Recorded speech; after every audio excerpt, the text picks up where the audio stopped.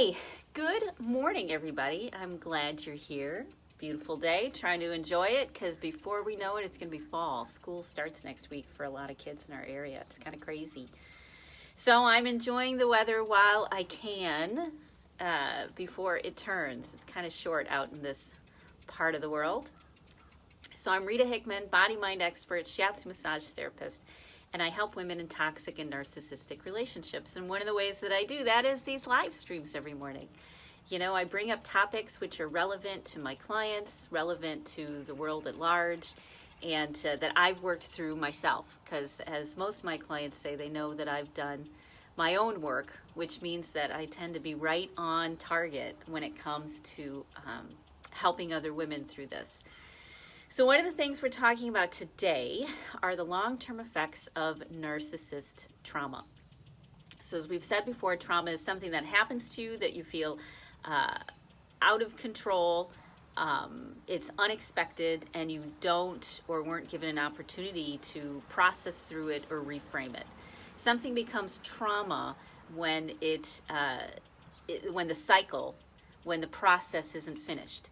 Now, does that sound like anybody you know? It sounds like a lot of women, and that's kind of the topic of today. You know, when we sit there and look at narcissism, well, let me start with children. Okay, so, you know, a lot of children, parents look at their children and they say, how did they get like this? How did they get so bad? How did they end up this way? And the parents are usually conveniently blind to that the children are the next generation of the lineage that's being passed down. And because of our changing world, and because we're not getting the tools and the skills we need, and because healing was never a priority, or hasn't been a priority in our culture for a long time, our children and young adults are coming out as magnified versions of the wounds which have been passed down from generation to generation to generation. You know, when we start looking at narcissism, we have to start breaking the secrets. And the secret that most women have is they think it's only happening to them. But in reality, narcissism in its latest iteration is simply the most magnified effect of narcissism that's been around for a very, very, very long time, especially towards women. You know, and women's temperament and men's temperament. Doesn't really matter the reason. Is it that men and women are different? You know, women are more empathic and think of the big picture, and men, you know, are more testosterone based and they want to duke it out. You know, I don't know. You know, it started, this line of thinking started when I was talking to my psychologist, and she was talking about coaches, about how men's athletics and women's athletics are different. And men's athletics, she said, they just punch each other out and then go have a beer because they're best friends. Women, however, it ends up, you know, festering, and there ends up being, you know, talk behind each other's backs and passive aggressiveness and all sorts of stuff. But what triggered in me, or what came up in me actually, was the thought that, yeah, but if men punched women in the face when they were angry, that would be called domestic violence. That's unacceptable. So most men in their wiring or cultural wiring, which has been acceptable and okay for a long time, is that you handle your issues, your emotions, your conflicts with some sort of emotional or physical violence. And that, in my mind, where you impose violence upon someone who is smaller or weaker or emotionally more vulnerable, or a child, is a form of narcissism, because you don't care what the effect is going to be on anybody else. You don't care that it will hurt someone else. So these ways of dealing with our emotions and the traumas of having to somehow just cope with it has been passed down from parent to child to parent to child. And we look around, and many women who are in narcissistic relationships, there's an emotional isolation. You think that you're the only one that's going through this. You're the only one that, and it's shameful. because you don't know anybody else who's going through this. And the reality is most women on some level are being victimized by narcissists. And whether it's on a global, a nationwide scale, whether it's on a community scale, it's still happening. And that trauma, similar to trauma of the Holocaust, similar to the trauma of slavery, it's a generational trauma that gets passed down generation to generation. Violence and narcissism towards women has just become the status quo. And it's only because we've started to say, enough, this has really gotten enough. This needs to stop. And then women dealing with the backlashes of trying to create change. So, on the big scale, narcissism affects us for generations and generations. And it affects whole communities and whole societies. And the reason it hasn't been dealt with is because we've kept it secret. Because we haven't talked about it. And we've sat there in shame or judged other women or belittled or minimized them in some way. And not had the respect and care and compassion for this crazy dynamic. As I said, it can be caused by mental health. Maybe it's the cause between the difference between men and women. Maybe it's, specific traumas that were passed down. But either way, these traumas were passed down. Now, what does it look like besides, not just on a global scale? What does it look like on a personal scale to the self? Well, first of all, it means that your relationships with your family probably weren't the greatest, because there were all those traumatic wounds that one or the other of your parent was probably dealing with, and they dealt with it in their own very narcissistic way. That was the pattern. You deal with narcissism by being a narcissist. You deal with, your feelings by getting angry about them. I had a great mentor who would say, one of the biggest challenges is that women are trying to become more like men. We're trying to deal with our emotions in the way that men deal with emotions because it's the only way that seems to communicate in the situation. And that's true sometimes one-on-one, and it can look like being concerned about your well-being can look like narcissism. It can look like abuse of some way. And it's trauma that's coming forth and expressing itself and looking to be healed. Our problem isn't between men and women. Our problem is that we never learned how to navigate our emotions in a way that didn't result in trauma, that didn't create a lifetime of nervous system reactions or fight or flight or being triggered by things, or a lifetime of chronic health issues. Chronic immune system disorders, headaches, digestive issues. These things are more common than we're led to believe, than we understand, because it hasn't been in the spotlight. And the people who have suffered because of this, physically, mentally, or emotionally, are vilified. They're re-victimized by society as weak, as not enough. And these beliefs that they carry that were imprinted on them from generation to generation to generation about what women should be like, what a good woman looks like. These things, they end up evolving into long-term physical issues, or even in a family, changes in the genes. They've proven after the Holocaust that children born to parents who were in the Holocaust or in concentration camps, their DNA had changed from one generation to the next because of the trauma.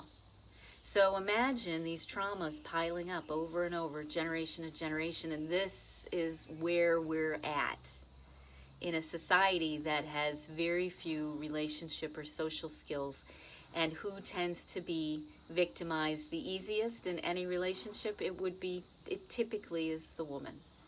It's typically the one who looks beyond the immediate reaction, who doesn't punch somebody in the face to deal with their emotions, and to end up being the one punched in the face. Not because somebody's a bad person, but because they too don't know how to handle their emotions. They don't know how to do it. So there is a way out of this, actually.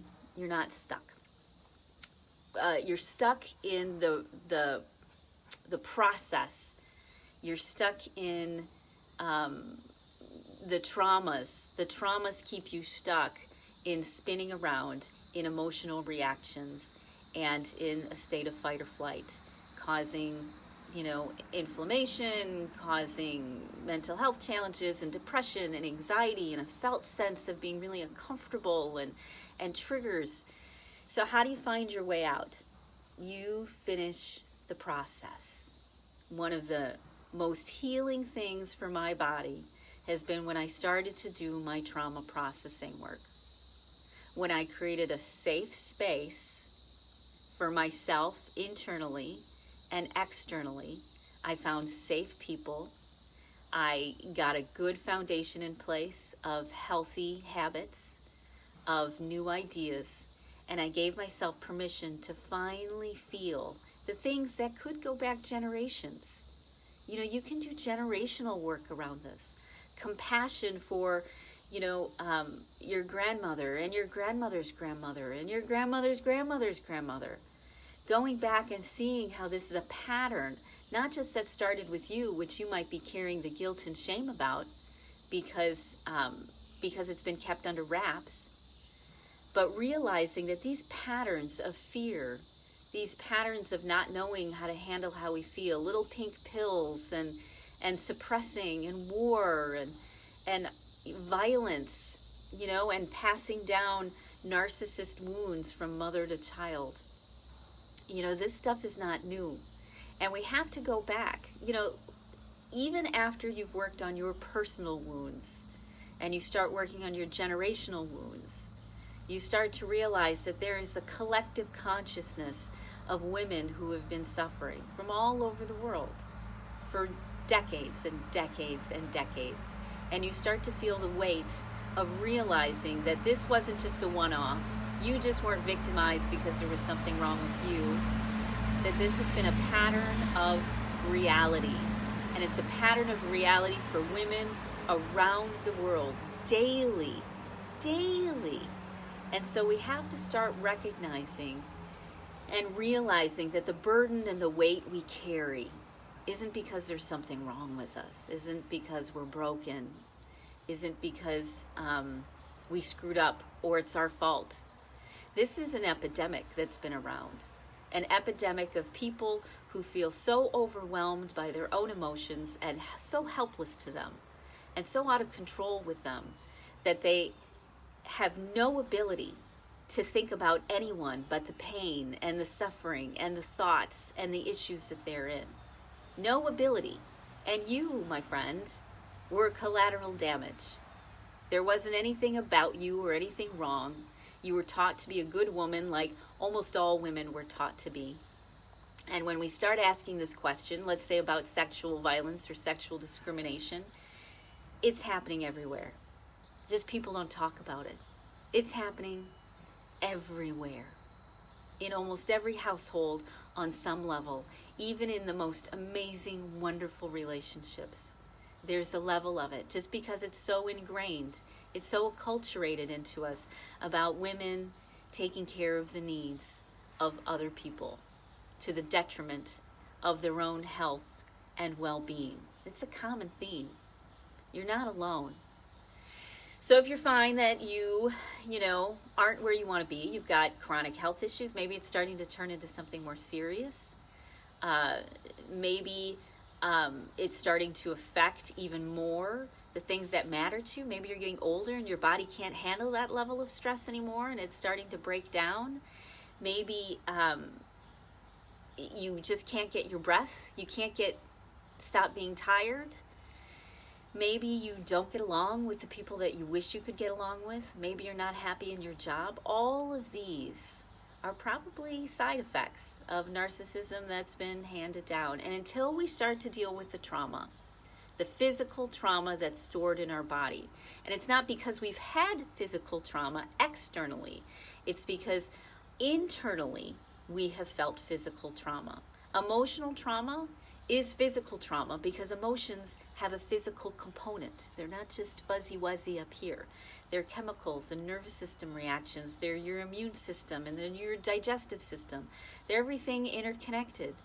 So even if you didn't have violence, physical violence, if you had emotional violence, it caused a physical effect in your body. And that physical effect, your body can only handle so much before it starts to break down, before it starts to turn into something else. So there are ways to release this trauma, and I've talked about it a ton of times, of giving yourself that safe space, letting yourself revisit these things in a safe, loving, compassionate way, either with compassionate people or being the compassionate person yourself, and giving yourself the tools to manage it so you don't get lost, so you can do it in little bits and bites. I do work on this every morning. Every morning I work on another little piece. This morning I was working on, as you can tell from my talk, the communal violence of generations of narcissism on women.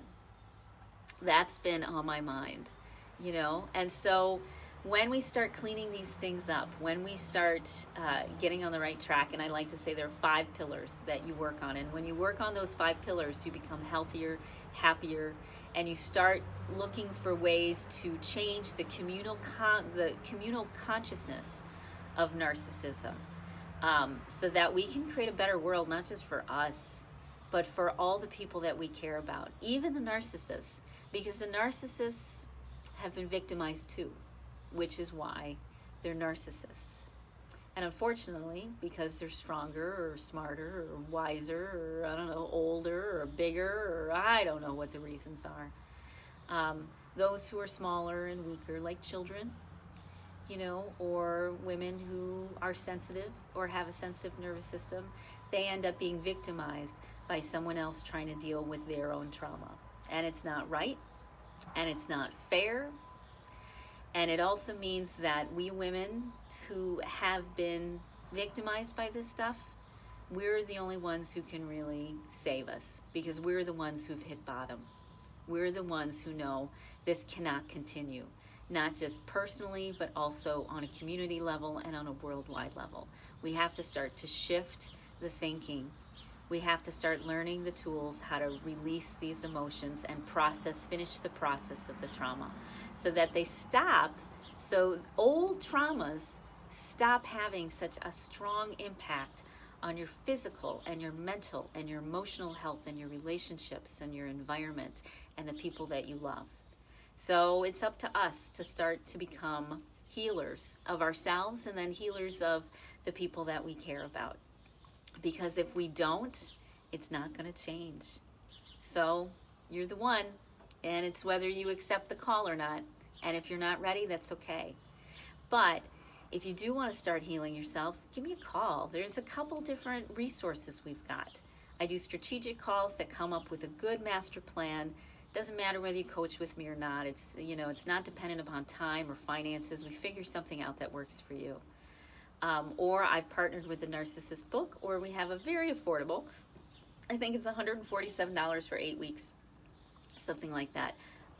Coaching mastermind, just for women who are dealing with narcissism. So if you feel stuck, those are 3 ways that we can start to get you unstuck, because you don't have to be here, and you're definitely not alone, and there's a way out. You don't have to be stuck. There is a way out. And when you work the system works. Okay? So I hope you have a wonderful rest of your day. And what I'd like you to do today, what should we do today? Today I want you to think about, just for even 5 or 10 minutes, the lineage or the history or the heritage of narcissism in our world.